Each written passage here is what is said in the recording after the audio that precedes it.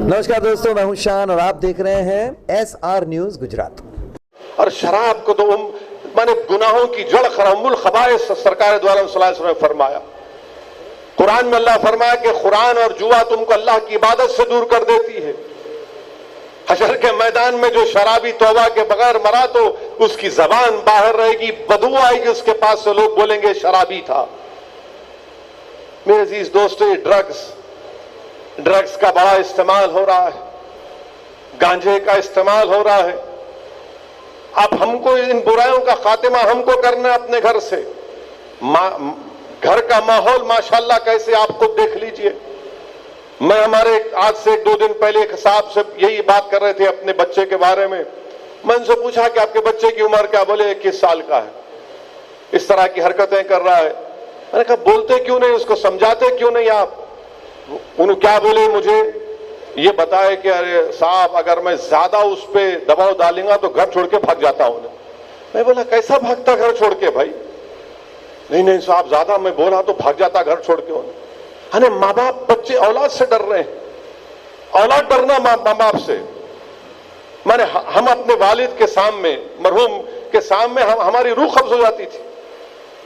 ज्यादा मैंने जिंदगी में उस जमाने में जो भी मिजाज था, जो लोग हमारी उम्र के हैं वो तो अपने वालिद के सामने नजर झुकाकर बैठते थे। नजर झुकाकर जो भी शिकायत गुस्सा करना था वो अम्मा के पास जाकर करते थे। मगर आज वालिद ये कह रहा है ज्यादा दबाव डालेगा तो घर छोड़ के भाग जाता हूं। भागना तो उसको, फिर गलती आपकी है, आपने बचपने से उसकी तरबियत नहीं की। सही कहा आपने अभी यहां पर ऐसा रहूमी साहब ने कि एक जमाना था कि सुबह सुबह बच्चे मस्जिद को या मौलवी साहब के पास जाकर उनको अखलाकियात की तालीम दी जाती थी। एक वक्त था कि घर में माँ बाप बैठकर अपनी औलाद को नेकी और बुराई के बारे में बताते थे, बहस होती थी उसके ऊपर, कुरान की तालीमात के ऊपर बातें होती थी, हदीस के बारे में बात होती। अब कुछ नहीं है। अब माहौल घर में क्या है? बाप के हाथ में सेलफोन है, उन्होंने फेसबुक पर, अम्मा टीवी में है, बच्चे वीडियो गेम में है। हकीकत है ये, हर घर का माहौल ये है। जब से ये वाईफाई आया, उन्होंने एक तरफ अने खाना खाते वक्त भी सेलफोन। हम समझ सकते हैं, हम सियासतदान है, सेलफोन सामने रहता, कोई फोन करे उठाना जरूरी, मगर माहौल ऐसा है कि बस लगे हुए हैं सेलफोन में। ना बाप को फिक्र औलाद की, ना अम्मा को फिक्र, ना बेटों को अपनी फिक्र, ना तो घर का माहौल क्या होगा फिर? माने बजाय अपने माँ बाप से करीब रहने के, वो अपने दोस्तों को अपने माँ बाप के बराबर समझता है, उनसे ज्यादा मोहब्बत करता है। यह हकीकत है आज के माशरे की, और इसकी जिम्मेदारी हम पर आयद होती है। इसकी जिम्मेदारी हम पर आयद होती है। आज पूरी इंसानियत तरस रही है, मुसलमानों से कह रही है कि हमको रसूलुल्लाह सल्लल्लाहु अलैहि वसल्लम की तालीमात से हमारी प्यास को बुझाओ, और हमारे नौजवान कहां हैं बताइए? याद रखिए, अगर हमारे नौजवान में इसी तरह का ये इर्तिदाद, ये तमाम फितने बढ़ते जाएंगे तो कौम गिर जाएगी। खुदा न खास्ता, आप कौम और मिल्लत का मुस्तकबिल हैं। अगर आप इन बुराइयों के रास्ते पर चले जाएंगे तो फिर क्या होगा बताइए आप?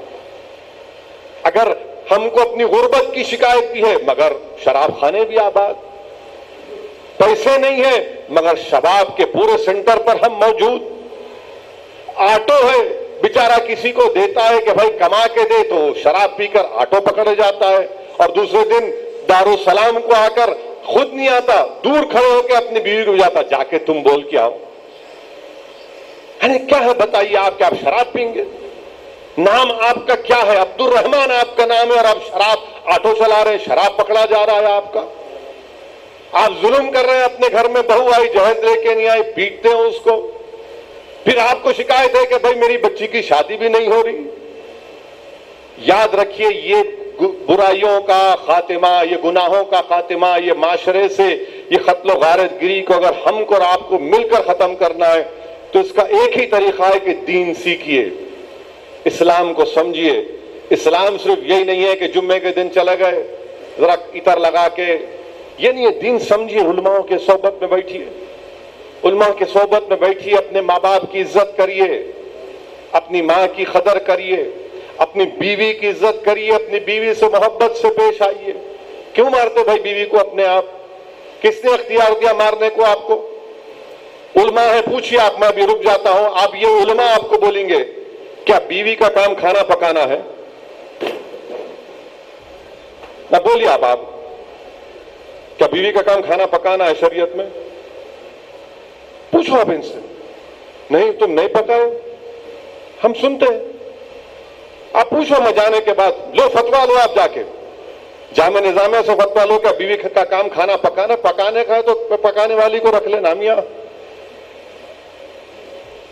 रसूलुल्लाह सल्लल्लाहु अलैहि वसल्लम खुद अपना कपड़ा सीते थे, खुद अपना काम करते थे। रसूलुल्लाह सल्लल्लाहु अलैहि वसल्लम अशरफुल अंबिया रहमतुल्लाह अलमीन। अब इन्हों कई झगड़े, खाना अच्छा नहीं पका। अरे तेरा काम उसका काम नहीं है बाबा, तुम पकाओ यार, पकाने वाली को रखो, या जो पकाए अल्हम्दुलिल्लाह। नहीं, मेरी अम्मा की खिदमत नहीं करी। अरे उन्हें, तुम्हारी बीवी है, नौकरानी है, उस पर मारते हो उसको। पूरा माहौल बर्बाद और पूरी शर्मिंदगी हमको होती है।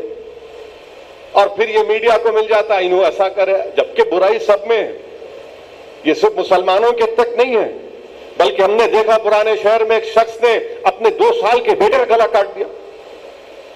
2 साल के बेटे का गला काट दिया। तो शराब, ये तमाम चीजों के ड्रग्स से अपने आप को बचाइए, अपने औलाद को बचाइए और दीन को समझिए। और हमेशा इस बात का खौफ अपने दिल में पैदा करिए कि अल्लाह देख रहा है, एक दिन इसका हिसाब किताब देना है। आज अगर कोई ताकतवर है तो कोई ये नहीं समझ सकता कि मैं तारे सबसे बड़ा ताकतवर तो अल्लाह है, सबको हिसाब देना है। आप कत्ल करते जाएंगे, बाप ज़ईफ है राड लेके मार दिए, बहन है जायदाद में हिस्सा नहीं, बहन को मार दिए। ने हमारी उन्हें, मैं उससे बात करता था, वो मेरे से नहीं बात कर रही, मैं जाके उसके भाइयों को चाकू से मारता हूं। कानून आप अपने हाथ में नहीं ले सकते, याद रखिए, उलमा है, पूछ लीजिए आप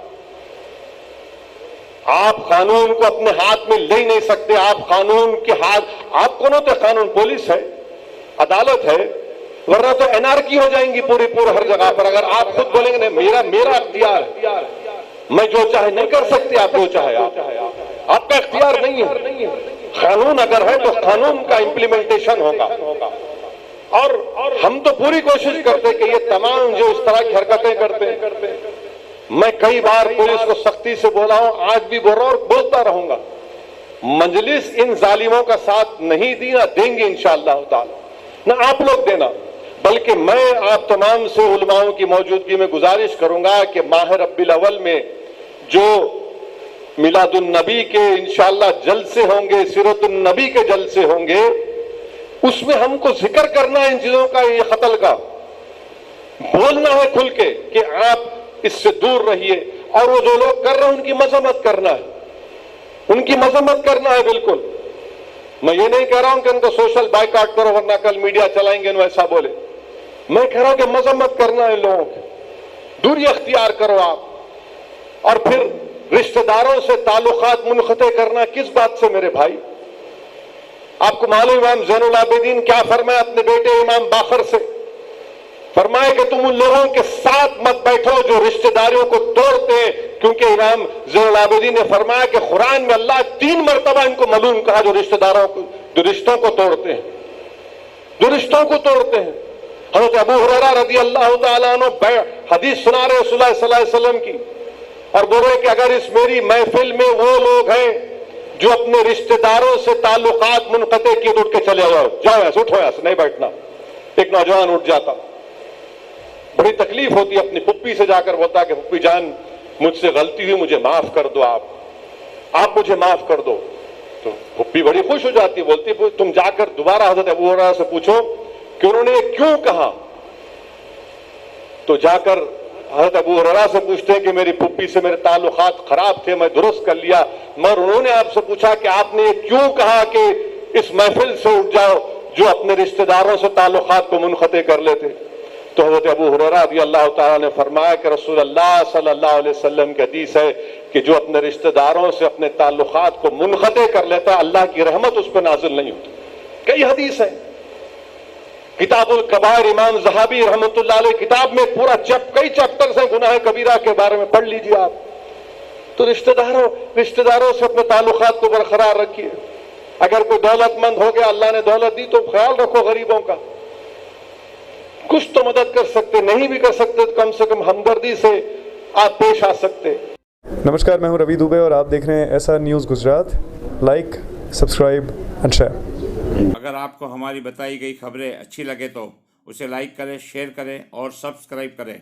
और हाँ, अगर आप हमसे जुड़े रहना चाहते हैं तो हमारी SR न्यूज़ गुजरात चैनल को सब्सक्राइब करें और बेल आइकन दबाना न भूलें, ताकि हम सदा आपसे जुड़े रहें और आप तक नई नई खबरें पहुंचाते रहें।